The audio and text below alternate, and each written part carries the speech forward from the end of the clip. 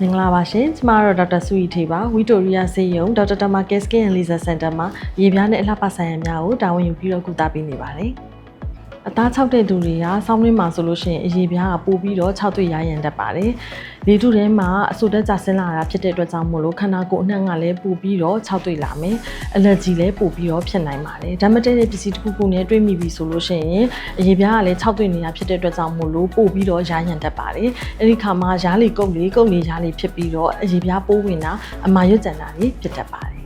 ဒီလိုအခြေအနေမျိုးကိုတားဆီးဖို့အတွက်အရေပြားကနေပြီးတော့ရေဓာတ်ဆုံးရှုံးမှု transepidermal water loss ကိုလျော့နည်းစေနိုင်တဲ့အဆိုတက်ထိန် skin care အမျိုးအစားတွေကိုရွေးချယ်ပြီးတော့အသုံးပြုသင့်ပါတယ်။အရေပြားကနေပြီးတော့ပုံမှန်ရှိနေတဲ့ natural moisturizing factor တွေကိုပြုံးတီးစေနိုင်တဲ့ဆက်ပြားအပြင်းစားတွေကိုအသုံးပြုတာကိုရှောင်ကျဉ်သင့်ပါတယ်။အသား6တဲ့သူတွေနဲ့နှင်းကူသမားတွေအတွက်ရည်ရွယ်ထုတ်လုပ်ထားတဲ့ gentle cleanser တွေနဲ့ skin barrier ကိုပြန်လည်ပြုပြင်ပေးတဲ့ moisturizer တွေကိုပုံမှန်အသုံးပြုပေးမယ်ဆိုလို့ရှိရင်ဆောင်းရာသီမှာဖြစ်တတ်တဲ့အရေပြား6သွေးရရန်ခြင်းတွေကိုကာကွယ်နိုင်မှာဖြစ်ပါတယ်။